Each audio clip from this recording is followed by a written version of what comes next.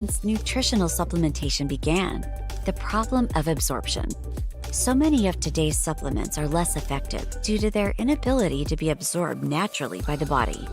Using our own proprietary hydrostat nano delivery breakthrough, we reduce the particle size of critical nutrients smaller than ever before, allowing them to absorb in your mouth while swishing for 30 seconds or more. Glutathione is your body's master antioxidant. It's responsible for boosting your energy, detoxifying cells, reducing inflammation, and boosting the immune system.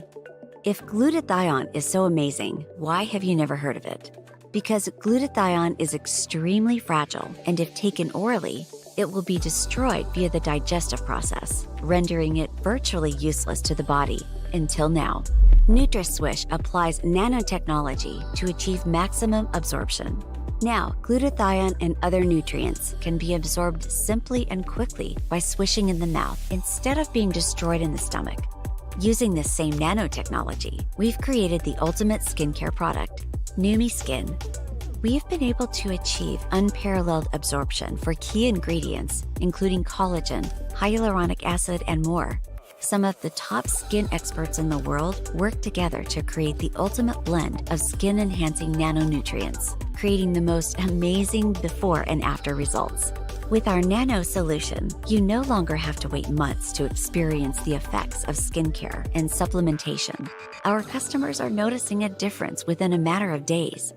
Don't wait to look, feel, and live your best life. A new you starts with Numi.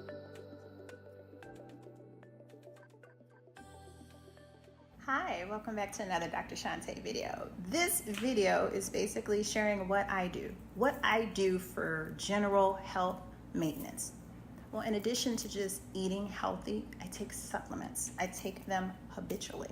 The first supplement on the list is a multivitamin. A good multivitamin from A to zinc. That is what I take. I take it in the form of a hair, skin, and nail vitamin, but a multivitamin is suffice. The next thing is I take omega-3. I don't do the fish oil cap. I do this in a liquid because this is one of the 3 macronutrients that we need, right? We need carbohydrates, proteins, fatty acids. Okay, that's how I do that. In addition to taking a probiotic, I take prebiotics. I may take the prebiotics more frequently than the probiotics, and I can go over later the why to that. And I also take digestive enzymes. Those are the main things I take. Additional supplements that I take a superfood powder, and I have this much of water inside of the bottle before I put like 1 or 2 teaspoons of that powder in there. I'll make a separate video talking about it because it has so much benefit, but this is also something that I use on a daily basis.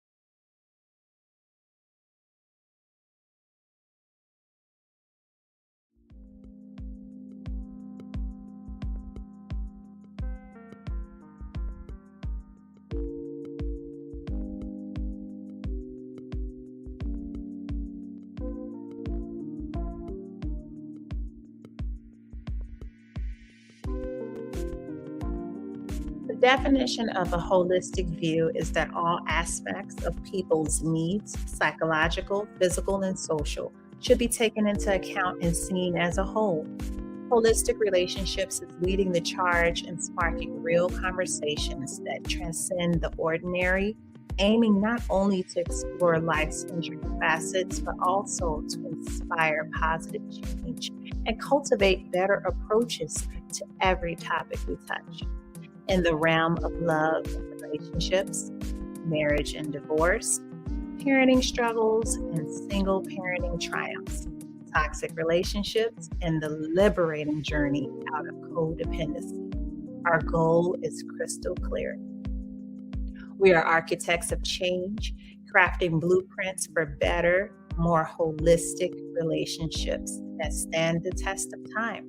This isn't just a show or a podcast. It is a movement.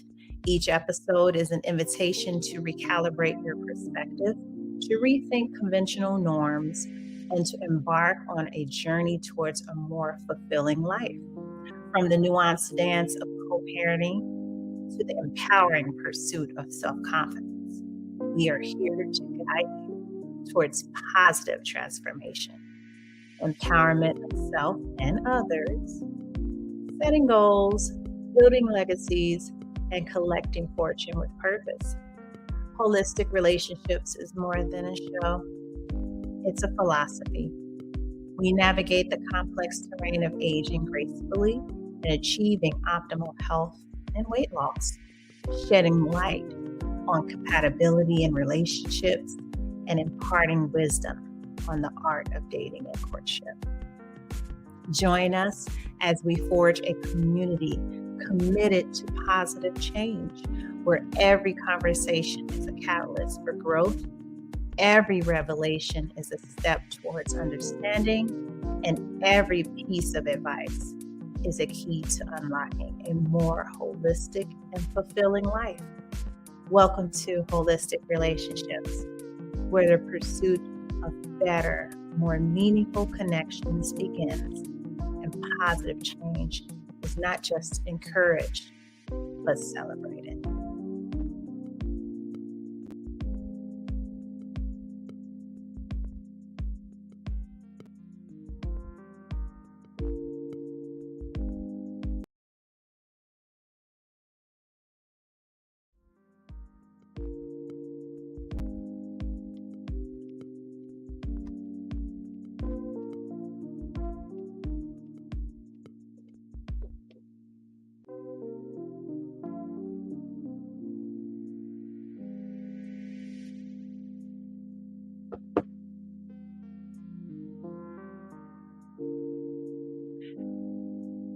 This holistic relationship topic is about social media.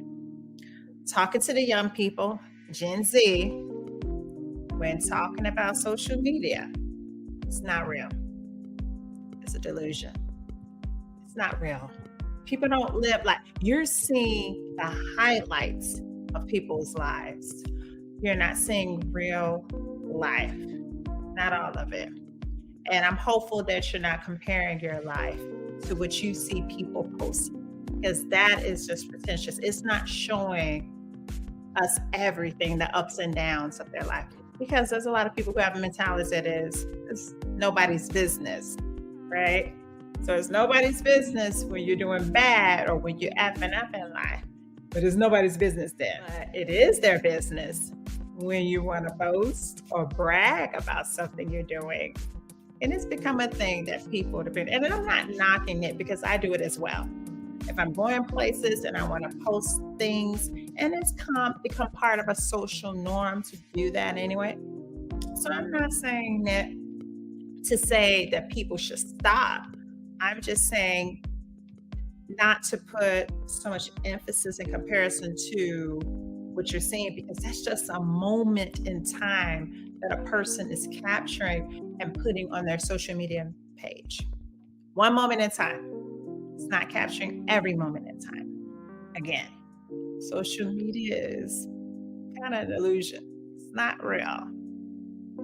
Young people, I want to talk to you about this. Please Do not compare your lives to someone's social media feed.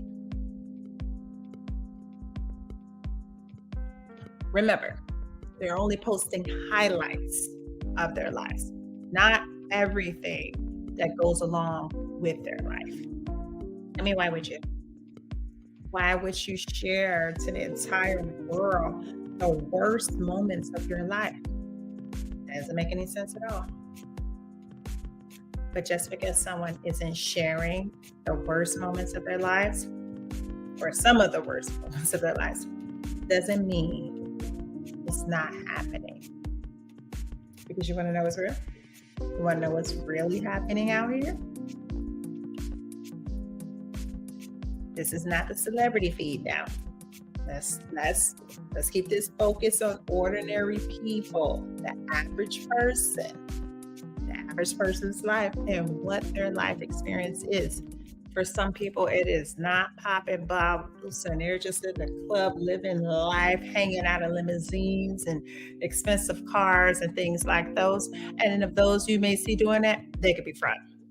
They spending some money that shouldn't even be allocated to do those things or rent those fancy cars on the weekends, and they posted up on it and social media with them in those cars. They could have just spent their rent money just to floss, and now they're going to be set back.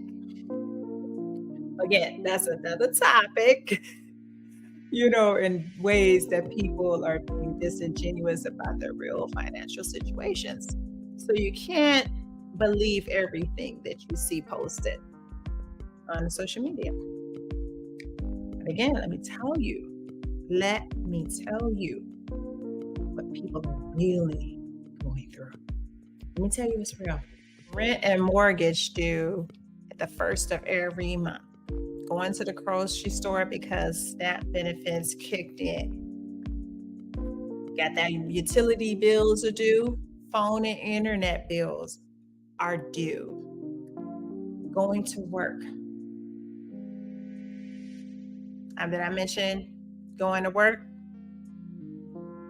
I think I mentioned going to work, right? Working? Okay. They're not getting any days off. And certainly not getting them off back to back to back. That's not how them schedules go, okay? It's not like you're just working the mornings and you're off on the weekends. Not with these type of different schedules that are out here. And even though there are instances where they can work remotely, that's not all the time. What else is real out here? Car notes, car insurance, bus pass money, Uber money.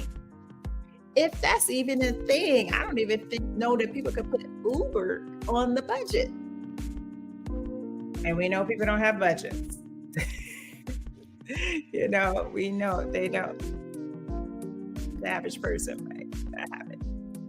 Everyone else pretty much just spends the money as the money comes. That money is burning a hole in their pocket. That money goes away just as fast as it comes in. This is what we see in real life. What else is real? Let's see. The car maintenance stuff you gotta have done to the car. Those things like for maintenance, like oil changes, new tires, and fixing brakes and whatnot. And then there are car accidents, and then you got to get the car fixed. You got to pay a $500 deductible to get the car fixed, and still paying that monthly car note, regardless if you're driving the car or not. And still got to pay the insurance, regardless if you're driving the car. And then if you need the rental car, the car insurance is probably just paying a portion of that. So you still got to come out of pocket a little bit for that rental car so you can get back and forth to work. Remember work? I mentioned work. Yeah, I did. And also getting your kids back and forth where you need to go, getting back home safely. And you got people in these toxic relationships. You have people in unhappy marriages. The infidelity is through the roof and unbearable. And some of the men, they got side pieces, or they got families on the other side of towns. Not saying that women ain't got side pieces either, but I'm just saying that's what's happening. Let's see here, what else? People they're in court for evictions or mortgage foreclosures, in court for child support, child custody cases, people in divorce court, domestic abuse, domestic assault, sexual assault. People are out here having to face diagnosis for the first time ever in their lives. A cancer diagnosis, diabetes, high blood pressure, high cholesterol, maybe some kind of organ failure, be it heart failure or kidney failure. They're out here struggling with their weight and having obesity issues and ailments connected to that obesity.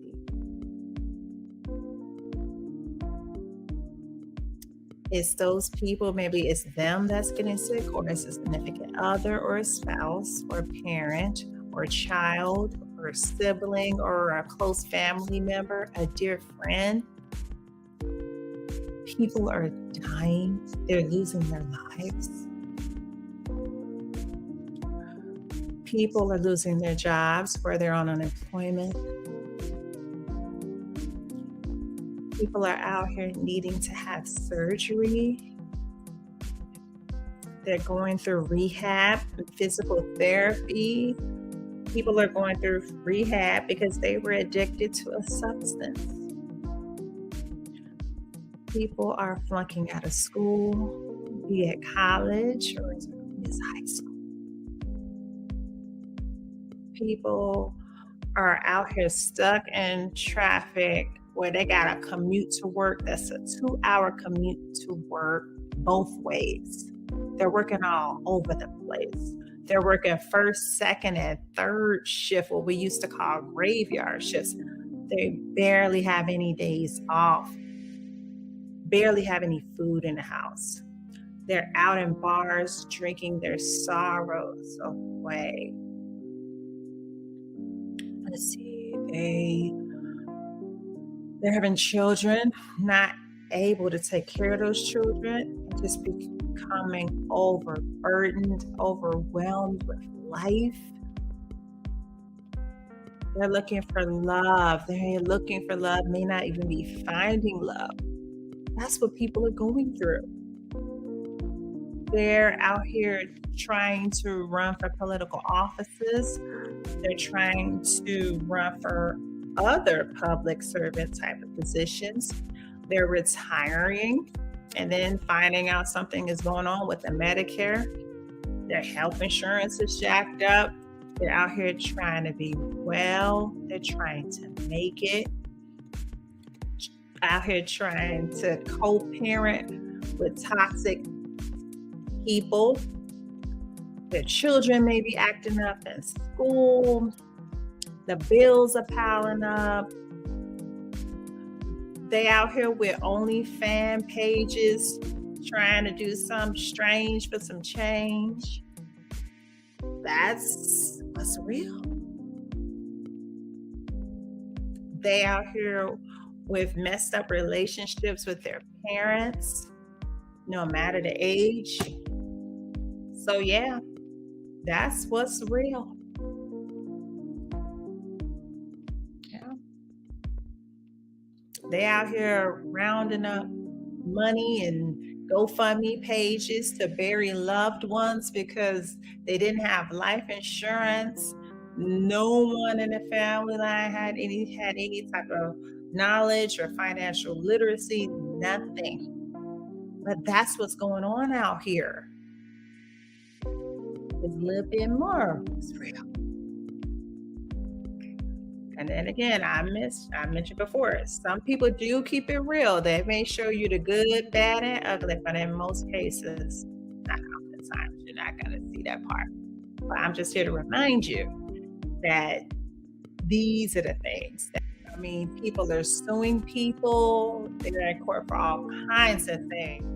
Maybe judgments are being passed against them for being delinquent on a bill that they didn't pay.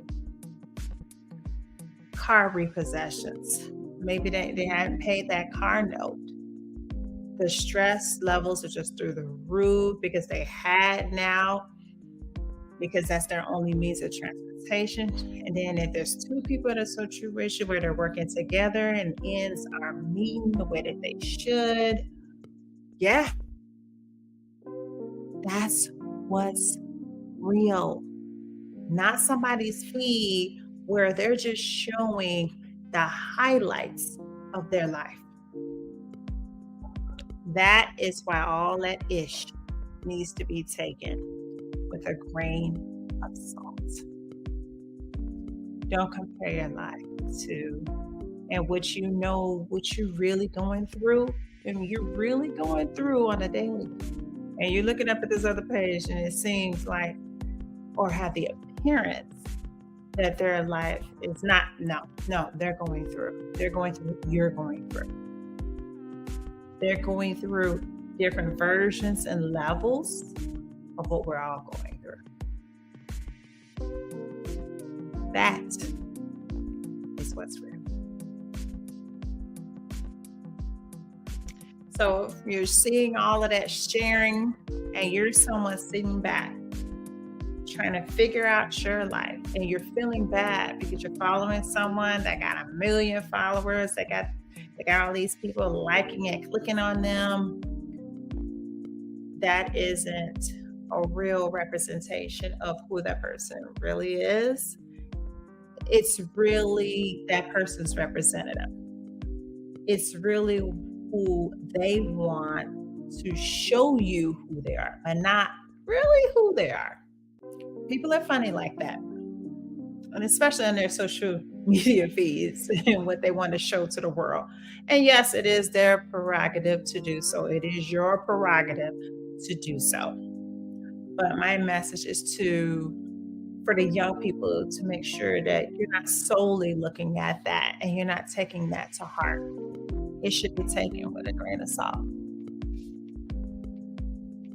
Because, you don't even know if that person is somebody worthy to be following. That could be just someone that learned the algorithm. And maybe they have true, genuine charisma. And they're just great entertainers, great people to watch. And you fit what they're doing. You're the audience for them. And this isn't a knock to people who have a lot of followers. In no way a knock to them. I'm not hating on them.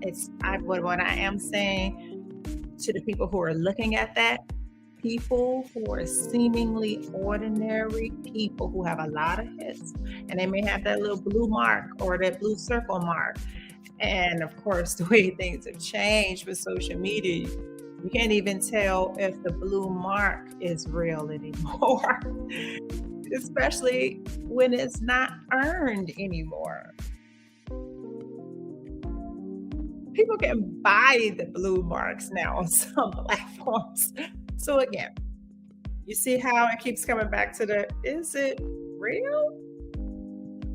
It's not saying that person is worthy to follow, because it's always something that comes out of it. I remember when Derek Jackson was getting real big, and I was following him at the time, and I was someone that was listening to him. And then I started to listen to Kevin Samuels. And then I was balancing against what was being said. And I could agree with some things on one end and then agree with some things over on the other. But the crack in his armor, his big Derek Jackson's armor, is when that scandal came out and people were trying to, I don't want to say disown him. I don't know the word I'm thinking to say. But I used to always say, and I still came defending it, saying, listen, it's not about the messenger. It's about the message. So yes, he's imperfect. Yes, considered a hypocrite. However you want to label it. But just think about the message and not put the messenger on the pedestal, because I'm sure he didn't want people to put him so high up that when he made a mistake, that there was no room for error for him as a human being. But I say all of that to say, when I said about the crack in the armor, you don't know the crack in the armor of the people with the blue mark on their face, people who got all these followers. You don't know what that is for them, or who they are, or what they're really like. They could be horrible people. We see it all the time, and you may have seen it depicted in movies where a person meets their favorite celebrity or their idol, and that person has a bad attitude and they turn off their fan forever because they idolize them. And that's bad. And that's what I want to say to those of you that are sitting back and watching and thinking that, oh my God, because mental health with this is, so what I want to say about that is that part of that has to do with what they're watching and observing on social media. They're seeing all of the highlights of most people's lives. And there are some people who keep it real, that keep it 100 on social media, where they show you the good, the bad, and the ugly. But that's very few and far in between. You don't find too many people that has the courage to be their true, authentic selves online. There's always the representative to that person that you see online. So if you're someone that's into social media, wherever you are, Facebook, Instagram, TikTok, whatever platform is your kryptonite, okay? Or maybe a combination of all of them. But just know that you're seeing the highlights. You're seeing the things that they practice. You're seeing the things that is not real. And I'm not trying to say that some things that are posted aren't real. I'm not saying that. Just saying, don't allow your mental health to be affected by it. Social media, it came around when I was just going to college. So there's a part of my life where I remember we didn't have this. And then now there's this part of my life where I'm able to make the comparisons. And I think there's so many positives to it. But it's my belief, and this is my opinion on it, where what suffered or what got sacrificed is true human connection. Being able to socialize with people, because I don't know that people know how to socialize with people with social media now. And social media was designed, well, I don't know if it was designed for that. I think the idea that it would be that you was designed to connect them to many, many people all over the globe, all walks of life, access to people all over. And we didn't have that in my day growing up, and in a lot of people's days growing up, where you didn't have that. And so in a lot of ways, I feel social media has made us less social. See, back in the day, we were forced to talk to people and have conversations, and you didn't just see somebody and just clicked on it, but you really had to go get to know them. There had to be an organic connection, because if you weren't feeling them or they weren't feeling them, well, nothing happening. It was just somebody you were just looking at from afar. Oh, with social media, you get to follow them, follow their page, be all up in their photos and all up in their albums and their life and all up in their business, and they don't even know who you are. They don't even know you exist. And then for those that, where you're in all of the DMs and all the texting, and it's like people don't even know how to talk to you anymore. They don't even know how to have a conversation with you.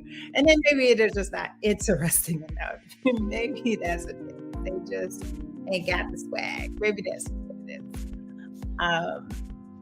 And that's fine. To each their own. And that's okay. But I do believe that social media has done that, where it's taken that away. And another thing that is done, because of that access to so many people, I think people have this little slight swipe left mentality where they're not valuing their connection with people. Because back in the day, you had to go through things with people. You got into arguments and you had to make up and got in and hash it out with people, really work it out with people.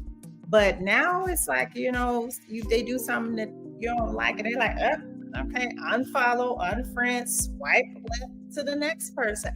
And that's not how you do it. That's not how you end up developing real connections with people. And this is why I'm saying it's not real. It made me think of this Martin episode from the TV show from the 90s. There was this episode where Gina's sorority sister came to visit, and Pam was kind of like, I don't know, there's something up with her. And maybe Gina thought that Pam was jealous or something. But when Martin figured that something ain't right here, him and Pam teamed up to expose her to Gina, So in ways that we're looking at certain aspect of social media, it reminds me of that episode when Martin was interviewing her, Monique, that was her name. That was the TV show character. He was interviewing her and caught her up in something, and Pam got up like, she ain't real, y'all. She ain't real. That's what I am right now. I am Pam in that instance when it comes to what you see and what is being seen and being posted on social media most of the time. Not entirely real. And of what you're seeing that is real, it is just the better highlights of it, because very few people really post when it gets bad. Very few people. I have some that do it, but very few. Everyone else have to have this larger than life persona or lifestyle, and it's not the truth. It's just not. We could just go to the Department of Labor and look at some statistics to see what the average salaries are, in the United States and what's inside of some of these states. Let's just get inside of a state. Pick a state, any state, and see what the average income is and what are the occupations that have certain incomes. And that will really help you confirm that this ish ain't real. So, to my young people, take the time and get off of social media. Put the phone down. Don't let it run your life. Don't get to the point where that is a problem. I have a habit now where I don't get on social media until the evening.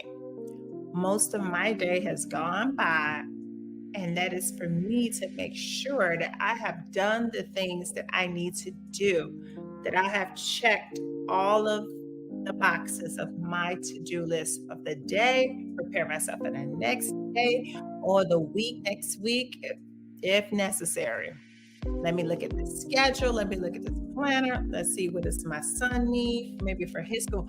I don't have time to be sitting here looking at people's posts, because most of the things people are posting is just a waste of time. And I mean, you can waste 40 minutes with a snap, because the algorithms know what you like. It didn't figure this all out. So they know how to draw you in and have you looking at stuff and keep looking at things, and you'll look up in 40 minutes that went by.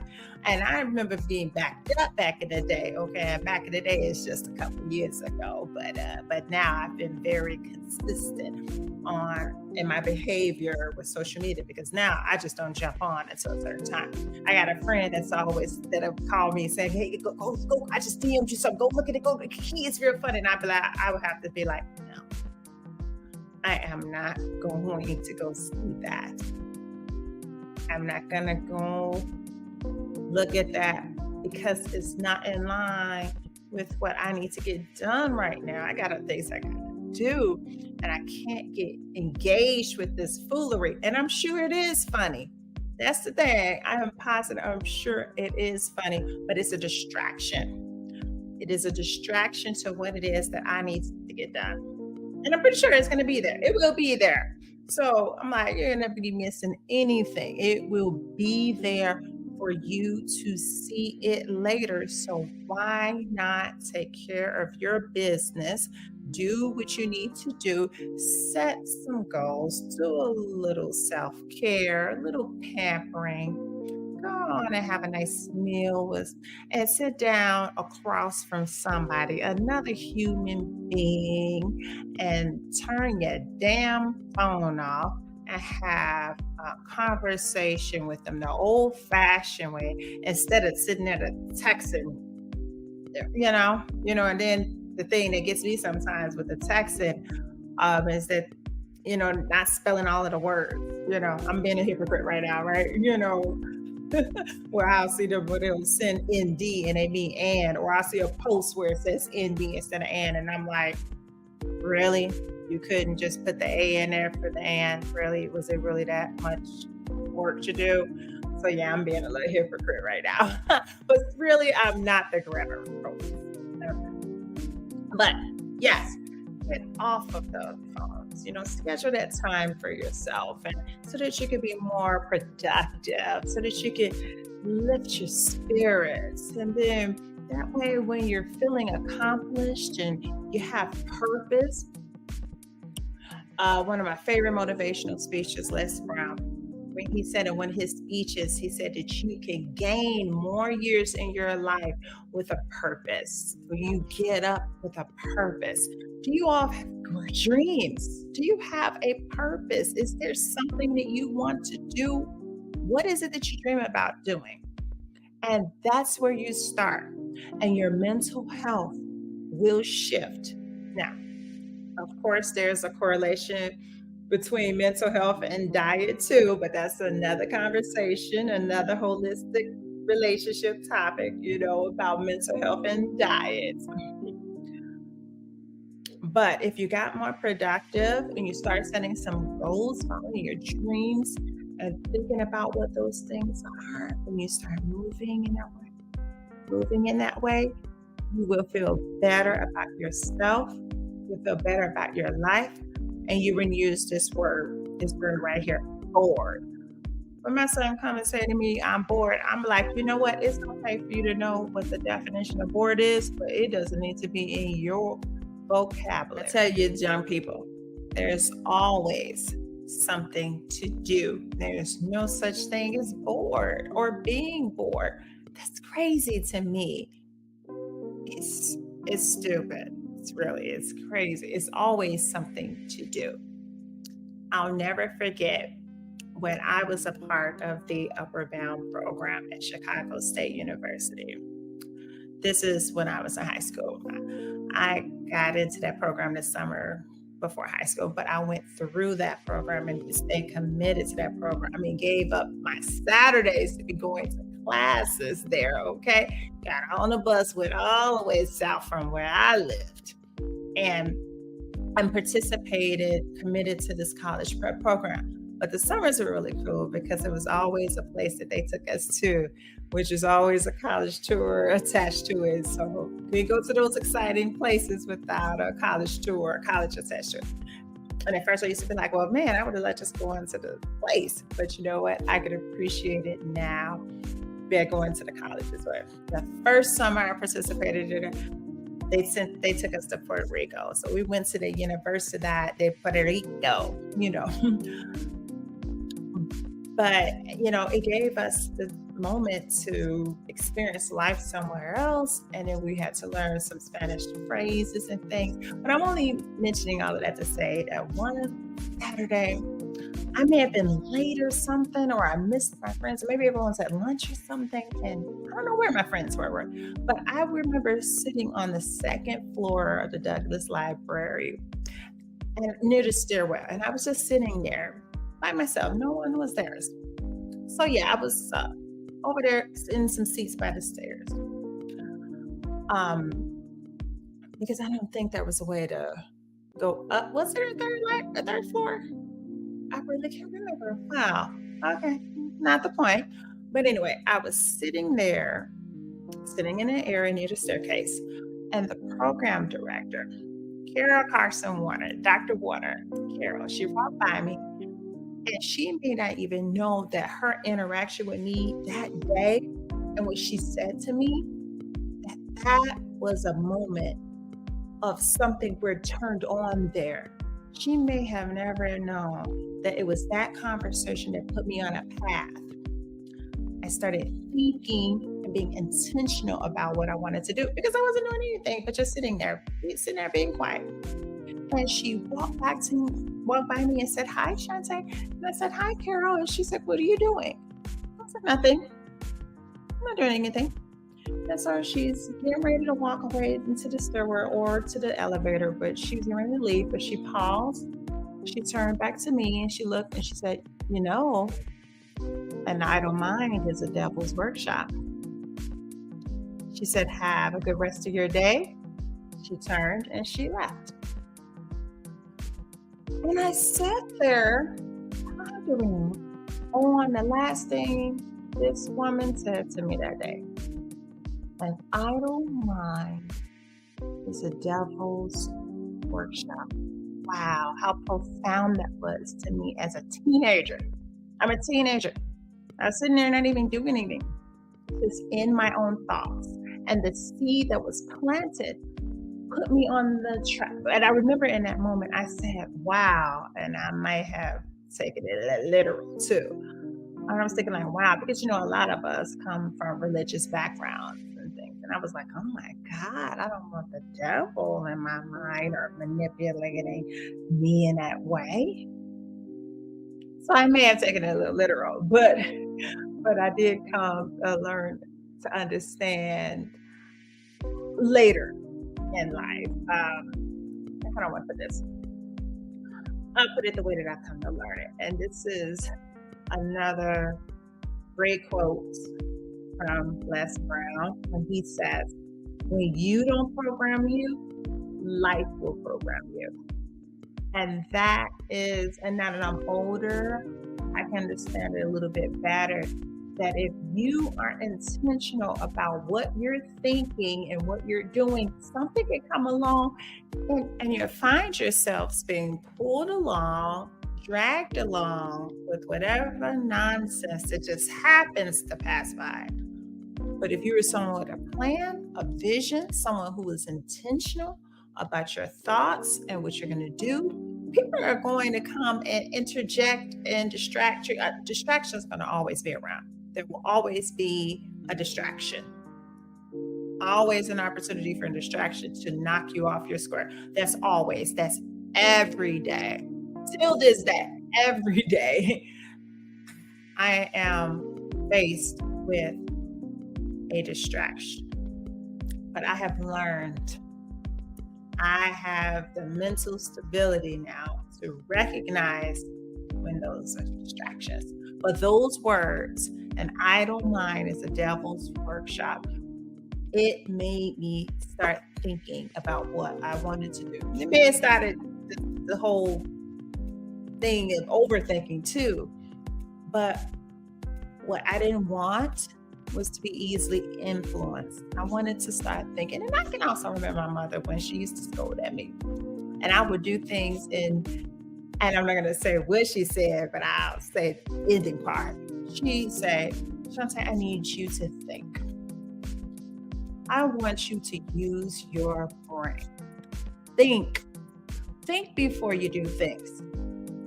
She used to always drive that point home to me because I do something and come back and be like, "Oh, I'm sorry, I didn't think about that." She's like, "Well, I need you to think. Think next time. Think before you act. Think before you say something. Think before you do something. Think."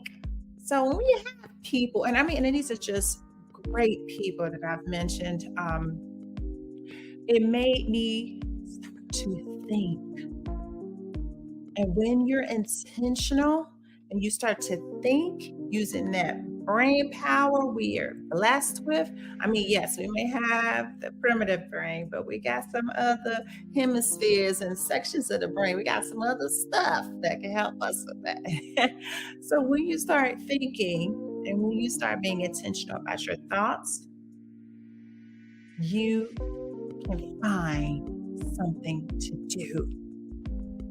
So again, back to what my point about there's no such thing as being bored. You shouldn't have it in your vocabulary. You shouldn't have it in your thought process. You shouldn't be over there twiddling your fingers being bored. You're not challenging yourself. Case in point, when you're feeling bored, you get on social media, don't you? You're doing something, right?